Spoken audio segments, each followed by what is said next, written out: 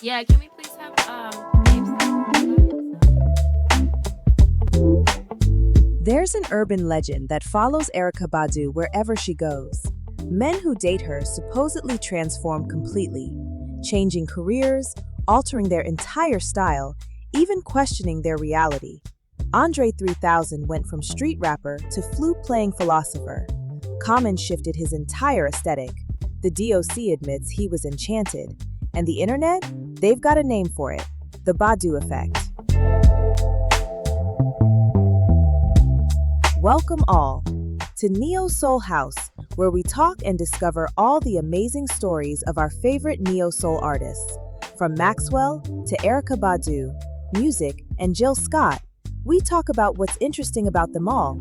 We keep it real, we keep it interesting, and we keep it positive. If you are a Neo Soul fan, this is the place for you. Please smash that like button and consider subscribing. We'd love to have you part of the family. Now let's get to it. In February 2023, when Tamron Hall brought up these mystical bedroom powers during her show, Badu had the perfect response. "That's why I try to wear a hat, because I don't know what's happening." But then she got serious, delivering a line that would go viral. My magic doesn't lie between my thighs, it lies between my ears. This wasn't Badu playing coy. This was her finally addressing decades of speculation about whether she's actually practicing witchcraft, using mystical powers, or simply being one of the most misunderstood artists of our time. The truth? It's far more complex and fascinating than any urban legend. She clarified that her energy doesn't just affect men, women too, and children and animals, any living, breathing thing. So what exactly is going on with Erykah Badu? Is she really a witch?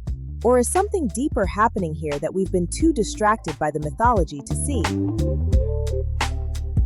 The spiritual foundation nobody talks about. To understand Badu's witchy reputation, you have to understand where she's coming from spiritually. She holds the title of a third-degree Reiki master and works as a doula for both birth and death processes. But this isn't some Hollywood trend she picked up. This is deeply embedded in who she is. Since 1997, Badu has incorporated delta, zeta, or beta waves as a layer in her music. Daily meditation with Eastern influences is an integral part of her routine, and she openly shares her spiritual instruments used to work on various chakras and infuse her music with specific energy waves. Think about that for a second. While other artists were layering vocals and beats, Badu was literally embedding brainwave frequencies into her tracks.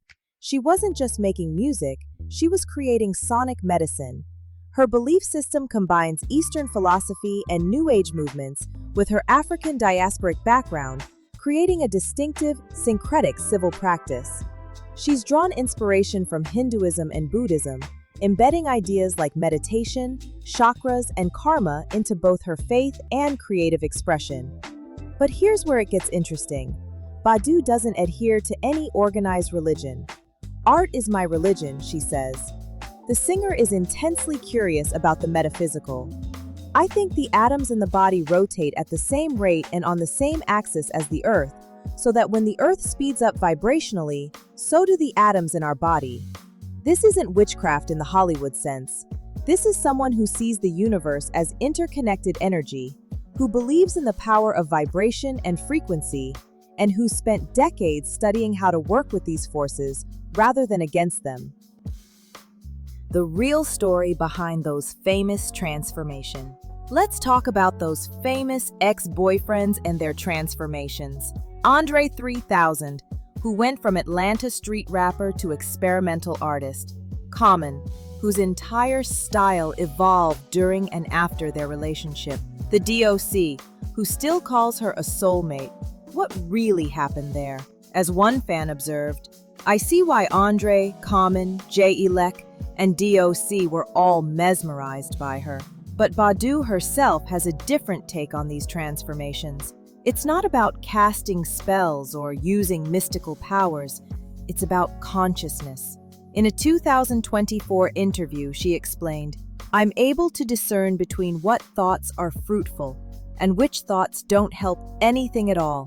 When I think bad about myself, I snap out of it quick. I'm 53, and at this age, I can turn the channel in my mind to say, oh, that's not necessary. I can take this thought and put it into another place, and I can keep creating and dreaming. This is the real magic, the ability to shift consciousness, to help people see themselves differently. When you're around someone operating at that frequency, you can't help but change. It's not witchcraft, it's influence through elevated awareness. Common himself explained it best. It ain't just the sex, it ain't just the looks, it's something spirit-wise where you're like, this woman got something else. What these men experienced wasn't a spell. It was exposure to someone who refuses to operate within normal limitations. Someone who sees reality as malleable and consciousness as something you can actively shape. The deliberate mystique she's create. Now let's be real, Badu knows exactly what she's doing with her image. The tall hats that seem to channel energy, the ankh necklaces, the crystal-embedded merchandise. Even her distinctive hats may serve as conduits for channeling various entities, according to some interpretations. She even capitalized on the mythology around her. Remember when she released that infamous incense made from the ashes of her underwear? Or the perfume literally called Badu's Pit? This perfume sold out rapidly, showcasing the appeal of the mystique to the public. But here's the thing, this isn't deception. It's performance art at its highest level. Badu understands that mystery is power, that the unknown is magnetic. She's not lying about who she is, she's just not explaining everything. There's a difference. I can't do anything but me, she says. I don't know how to be anything different. I just don't like how I feel when I lie to myself. The mystique isn't fake, it's just her refusing to make herself small or easily digestible for mass consumption. She's taken control of her own mythology. Instead of letting others define what her spirituality means, she's leaned into it, commercialized it on her own terms, and laughed all the way to the bank while still maintaining her authentic spiritual practice. The science behind the magic. Here's where things get really interesting. What Badu does isn't actually anti-science, it's ahead of the science. She openly discusses her beliefs about vibrational energies in music and how they impact listeners. She's stated that certain notes can connect with the root chakra, grounding the listener and creating stability. Modern research into biofields, the electromagnetic fields emitted by the body, suggests that subtle energy systems may actually influence our well-being. The correlation between chakras and our nervous system, the link to endocrine glands that regulate hormones, science is slowly catching up to what mystics have been saying for thousands of years. Badu puts it in scientific terms. The more things the earth goes through, the more things the body goes through, and our brains are not separate from that. She's talking about entrainment, the tendency of biological systems to synchronize with external rhythms. When she embeds specific frequencies in her music, when she talks about vibrations and energy, she's not speaking metaphorically. She's describing measurable phenomena that we're only beginning to understand scientifically. Her wellness routine reflects this integration of science and spirituality. Morning wheatgrass shots, walking meditation, breath work for anxiety management. These aren't random witchy practices. They're evidence-based techniques for optimizing human consciousness and health. Before we keep going, I want to hear from you. When you think of Erykah Badu's so-called witchy image, what comes to mind first? Misunderstood spirituality, smart branding, or something deeper? Drop your thoughts in the comments and tell me how you see it. And if you're vibing with this breakdown so far, go ahead and like the video and make sure you're subscribed to Neo Soul House so you don't miss what's coming next. Why this matters more than ever. In 2025, why does Erykah Badu's approach to spirituality and consciousness matter? because we're living in an age where the line between science and spirituality is blurring. Meditation apps are mainstream. Fortune 500 companies hire mindfulness coaches. Quantum physics keeps revealing that reality is far stranger than we thought. Badu was ahead of this curve by decades. She describes her creative process. The way I manifest things is by using my creative imagination. It's my imagination that keeps me from being angry or dismissive of everything and everyone. This is manifestation, but not the Instagram version. This is someone who understands that consciousness creates reality, that what we focus on expands, that the stories we tell ourselves become our truth. As she reflected in 2025, I believe as an artist, my job is to tell the truth. Sometimes the truth hurts, but the pain is necessary, like labor pains. Eventually, something is born. What's being born now is a new understanding of what it means to be human, to be conscious, to be creative. Badu's been midwifing this transformation all along, both literally as a doula and figuratively as an artist who refuses to separate the spiritual from the material. The backlash and controversy. Of course, not everyone's buying what Badu's selling. Some Christians warn against her music, with one commenting, "I knew Erykah was a witch because she said it, but I didn't know she was putting things into her music." There's genuine concern from religious communities who see her practices as dangerous, as opening doors to forces that shouldn't be played with. And Badu doesn't always help her case. She's made controversial statements about Hitler, about young girls and male teachers, about seeing the humanity in problematic figures. But here's what's interesting. Badu doesn't apologize for any of it.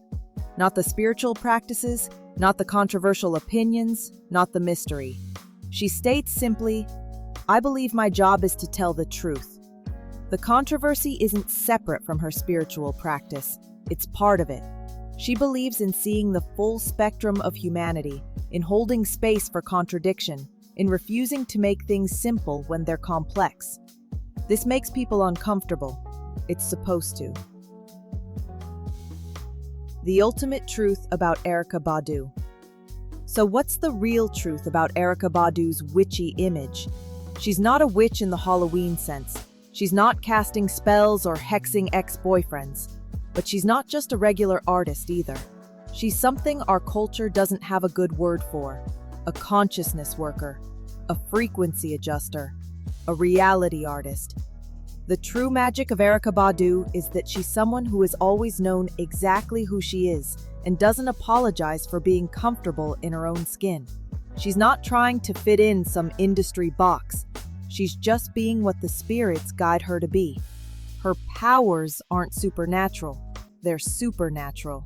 They're what happens when someone fully embodies their authentic self, refuses to dim their light, and creates from a place of absolute truth. That's why people transform around her. That's why her music hits different. That's why the mythology persists.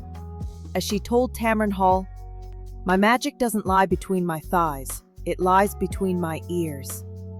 The real revelation isn't that Badu has mystical powers, it's that we all do. Most of us have just forgotten how to use them. Badu hasn't forgotten. She spent decades honing these abilities, studying the intersection of consciousness and creativity, vibration and manifestation. She's not a witch. She's a reminder of what humans can be when we stop limiting ourselves to what we've been told is possible. And maybe that's the most threatening thing of all. Not that Erykah Badu has powers we don't understand, but that she's showing us powers we all have but are too afraid to claim. The witch hunt isn't really about her. It's about what she represents. The possibility that reality is far more fluid than we've been taught, and that we have far more agency in shaping it than we dare to believe. That's the truth about Erykah Badu's witchy image. It's not about her being different from us. It's about her showing us what we could be if we were brave enough to stop pretending we're ordinary.